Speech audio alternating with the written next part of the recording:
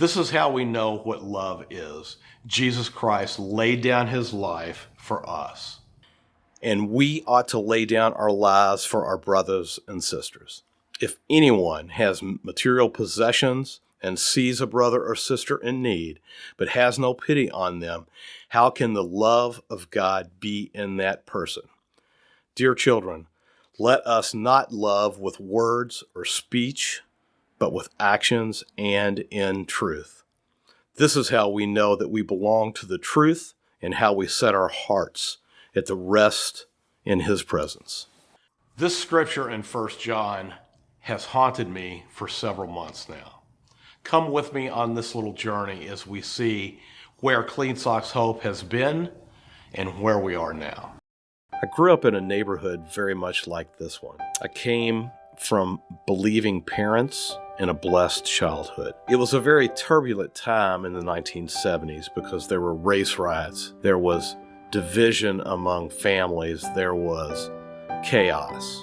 From the time I was 19 to the time I met the young woman that would become my wife, I was lost and searching for something of substance. Now, the only difference between the guys on the street and me during those lean years was that I had a family that was still intact. I had a unit, a place, a hope to go home to. In 1 month, I lost my house, my car, my wife, my children, and my $1 million franchise. Somewhere along the lines, there was a reconnection with God. There was a time in my life when I had to be sick and tired of being sick and tired.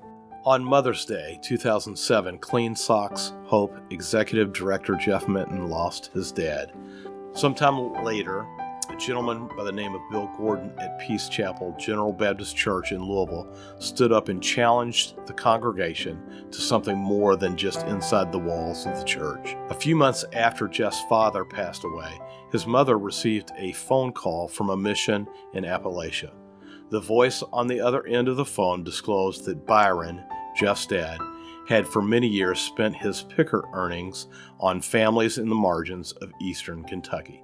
Because of that, Jeff and Bill dedicated their heart of the ministry and tributed to Byron. For Clean Socks Hope, it all started in the church that my grandfather founded and my parents built.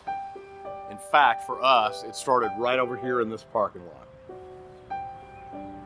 And we raised $200 and 511 pairs of socks for the Healing Place in Louisville, Kentucky. What began as a one-time fundraiser for the Healing Place has become a full-blown ministry for those in the margins. So why clean socks? It's a simple premise, really. The act of giving a person in need a brand new pair of socks. What many may take for granted by opening their drawer in the morning and getting ready for the day is not possible for many others.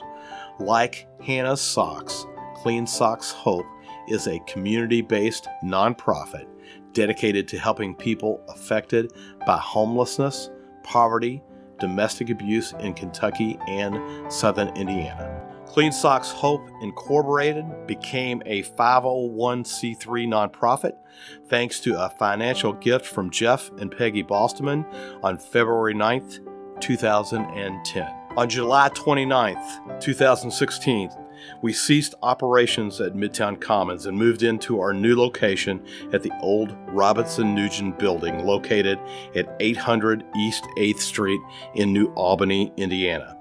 We currently have a community room complete with billiards and a commercial kitchen. The 8th Street Pizza Ministry was born along with the offices for Clean Socks Hope, the Nomad Church Collective, and Redeem the Dream. For us, our must and mission is very simple. Be present, be consistent, and have high expectation. So how can you help? Well, the first part is easy. We need your prayers. If anything, just remember us in your prayers. Secondly, if you'd like to give, simply go to our website. It's cleansockshope.org and click on the Give Now button. And finally, if you would like to be a part of this ministry, if you would like to do what we're doing here, come and hang out. Mother Teresa was famous for asking folks to come and see, and that's what we're asking.